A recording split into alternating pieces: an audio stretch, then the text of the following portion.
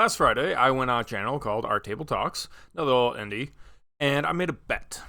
And judging by what I know now, I'm possibly going to lose that bet. Now, stakes aren't too interesting. It was to read and review bad books of the other's choosing.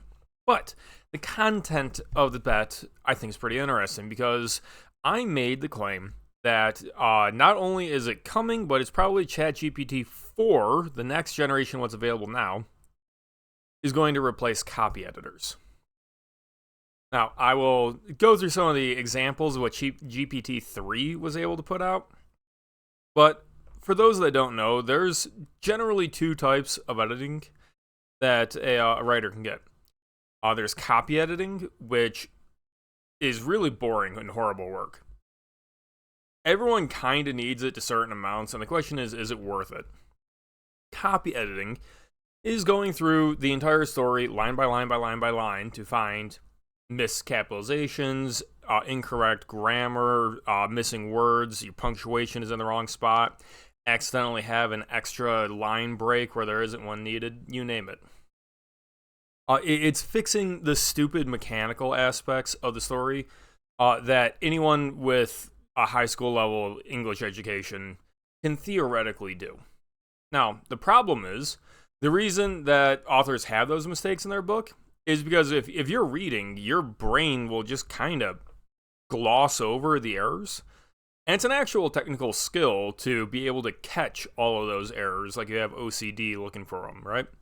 That is why authors pay someone else to do it, generally. Now, it of course depends on how many errors there are.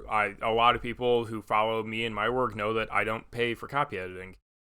For me, it's just completely not worth the effort.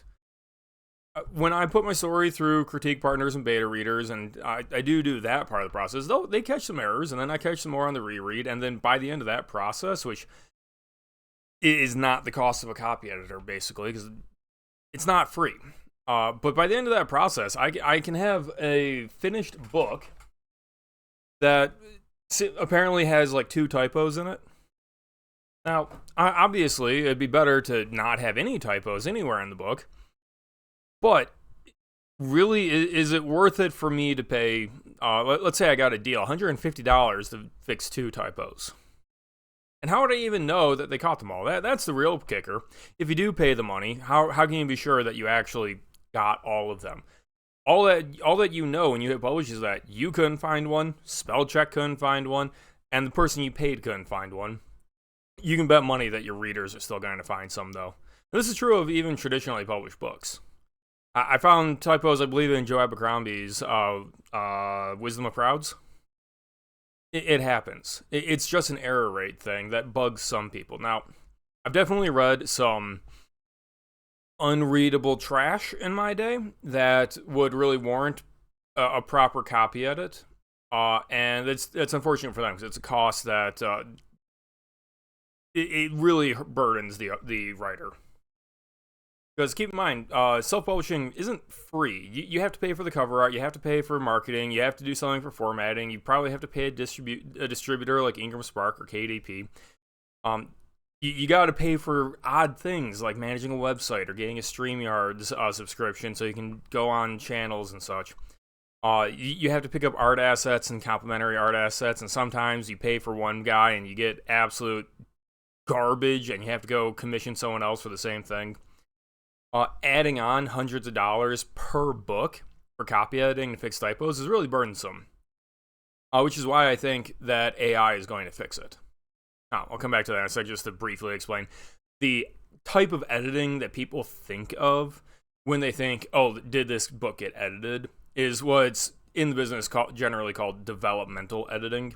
That's when someone who truly deeply understands story structure goes through it, not on a line-by-line basis, but by a plot beat and a chapter structure and characterization level, where they try to point out, hey, you know, your pacing's here is wrong, you set this up, but you didn't pay it off, or 1,000 other things that are the kind of info that critique partners and beta readers can give, but a developmental editor is supposed to just be better at.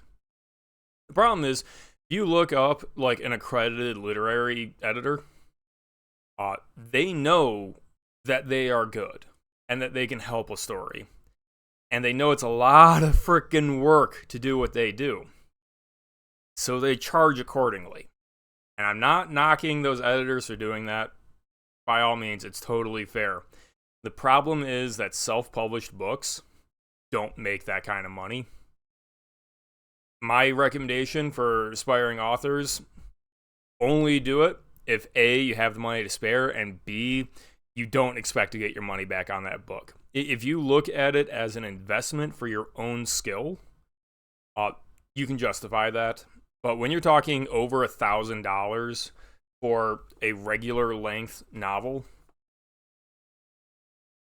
there is not that much money in book sales to cover not just $1,000 in editing, but how about what I just said? Hundreds of dollars in copy editing, because they're different.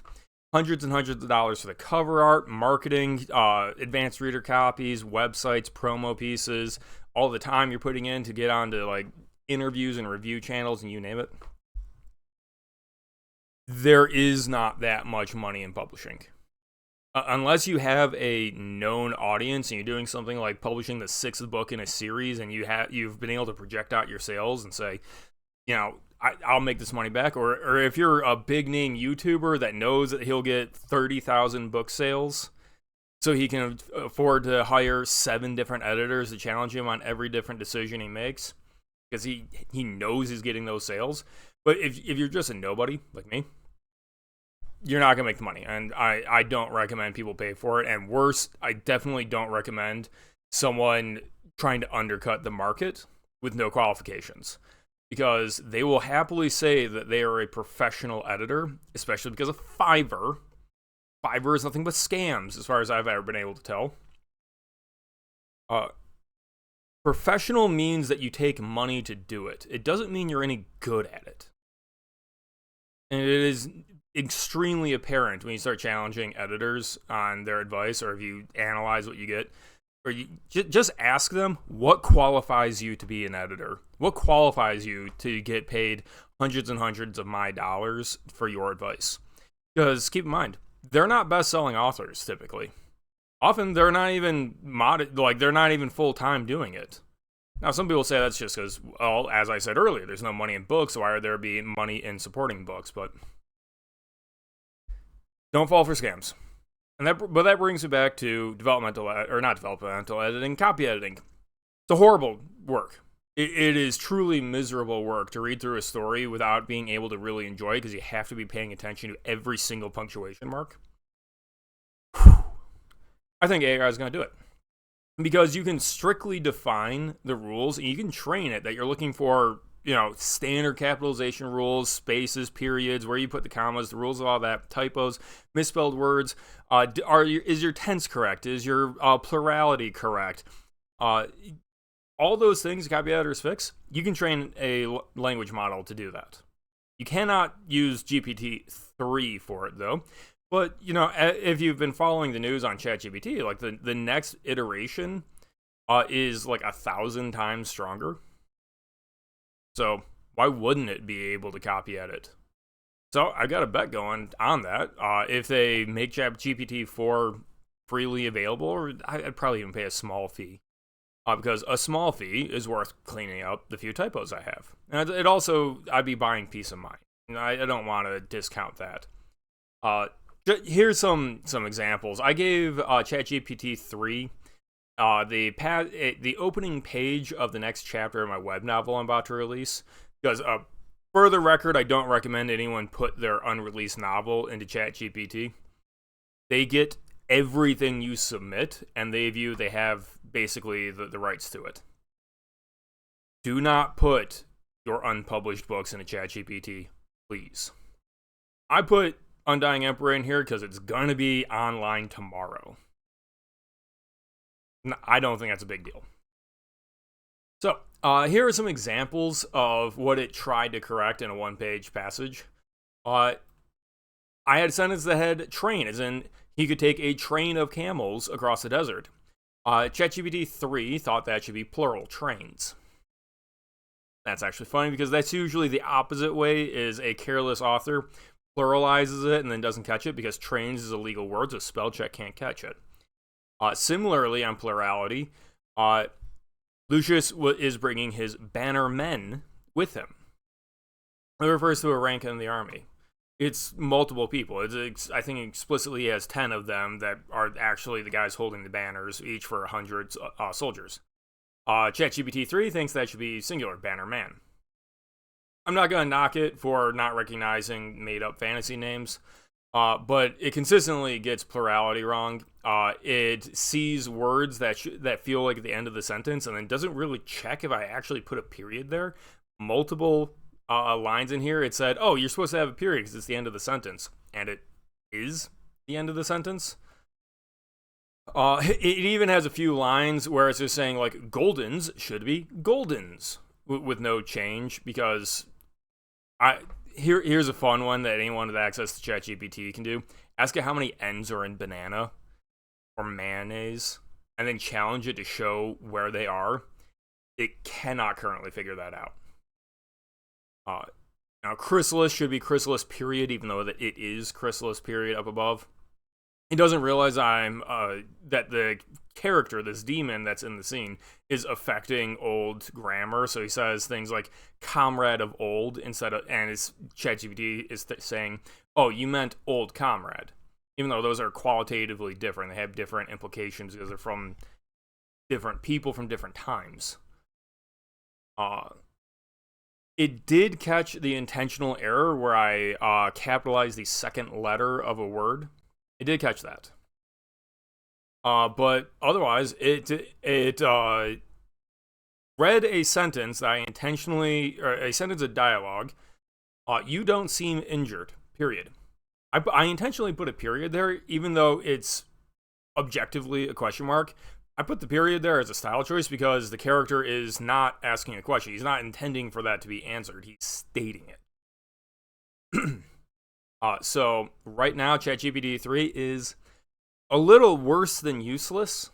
I actually put 3 errors in intentionally and only caught 1 of the 3 intentional errors and got basically everything else wrong. So, like I said at the beginning of this video, I might be losing this bet. ChatGPT4 might be stronger, but it might not be strong enough. Eventually, though, AIs are going to get rid of the absolute worst part of the publishing process of writing stories and getting it out. It is going, one day, it will fix the typo problem. Until then, though, I'll drop my web novel link in below so you can actually read the passage. Till then, though, like, subscribe, drop a comment below if you think ChatGPT4 will be able to copy edit, or do you think they are going to lobotomize it? And subscribe to the channel. Buy my books. Peace.